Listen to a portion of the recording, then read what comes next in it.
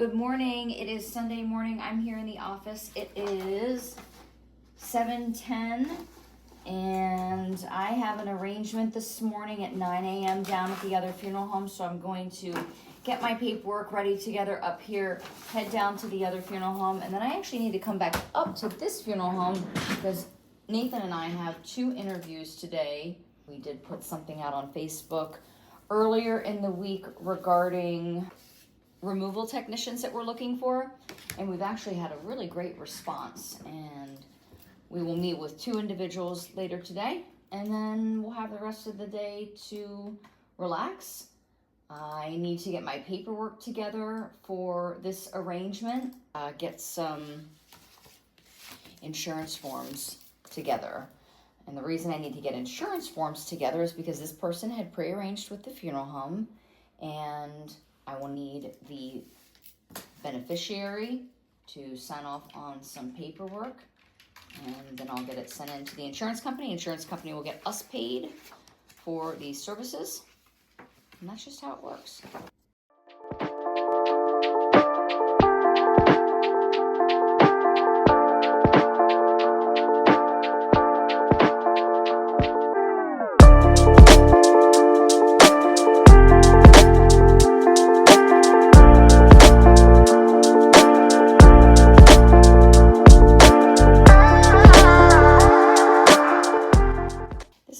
Like a little worksheet that I will use during arrangements. That way I can keep track of the services they're selecting. If they want any merchandise such as an urn, I can keep track of all of that.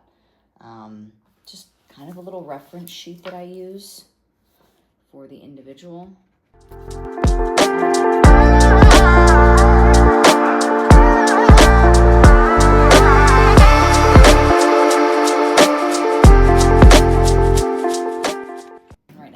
Insurance forms together.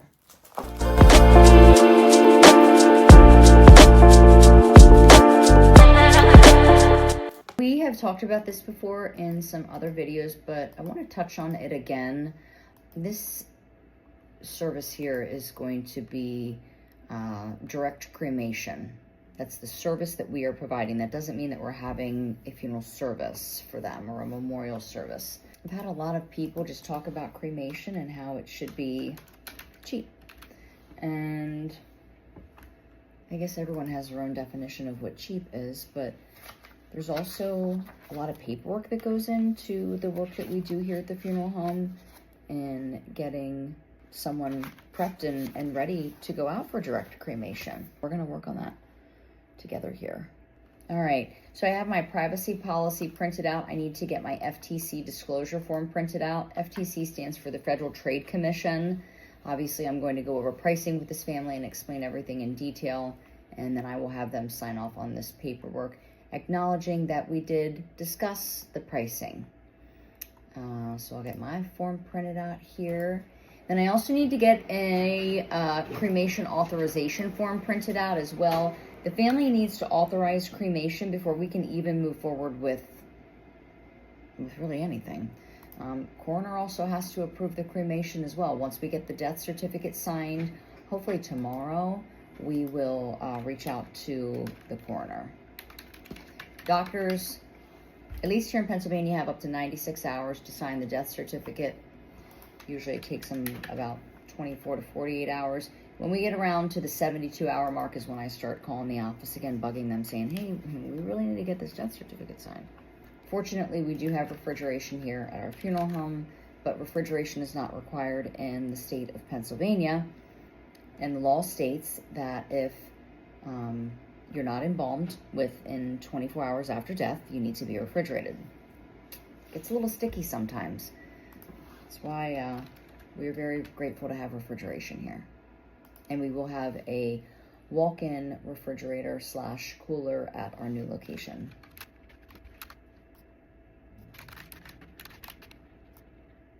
All right, so I have my authorization form printed up here for cremation. I have my privacy policy. I need to get my insurance form filled out.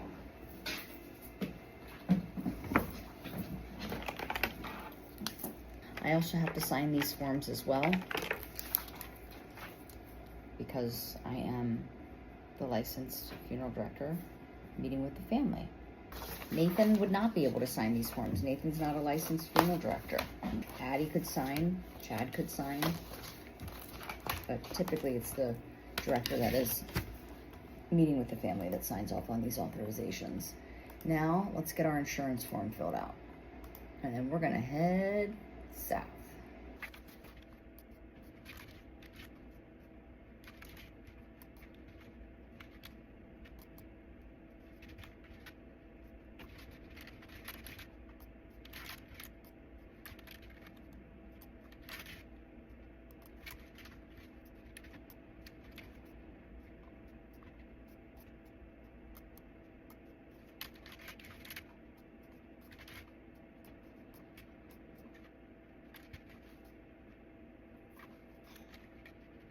On a lot of these insurance forms, they're going to ask the immediate cause of death, natural causes, suicide, accidental, homicide. I'm not super familiar with this insurance company, but I do know that across the board, with certain insurance companies, if the death is ruled a suicide and that has happened within a certain period of time of this person taking out the policy, they will not pay out. In this situation, this was a natural cause of death. I've only ever had one situation where the death was a suicide and the insurance company did pay out because the policy had been in effect for X amount of time, if that makes any sense. So that's it. It is 7:25. We are going to head down to the other funeral home, get situated down there, meet with that family. I have about a 30-minute drive down there. Just turn on some good music and hang out in the car, drive. Every now and then I'll get behind a horse and buggy. It is Amish territory. I've received a lot of questions about Amish services, but have yet to perform one, but I'll of course let you know if I do. And that's just what we do. We're on call 24/7, and we're just here for the families. So let's get our stuff together and head down the road. I'm getting ready to head out. At my traveling office here with me, we do have someone in the prep room, and I actually just checked on them to make sure that they looked good. I always check on people. Doesn't matter who's embalming. If I embalm, I'll come in the next day and check on them.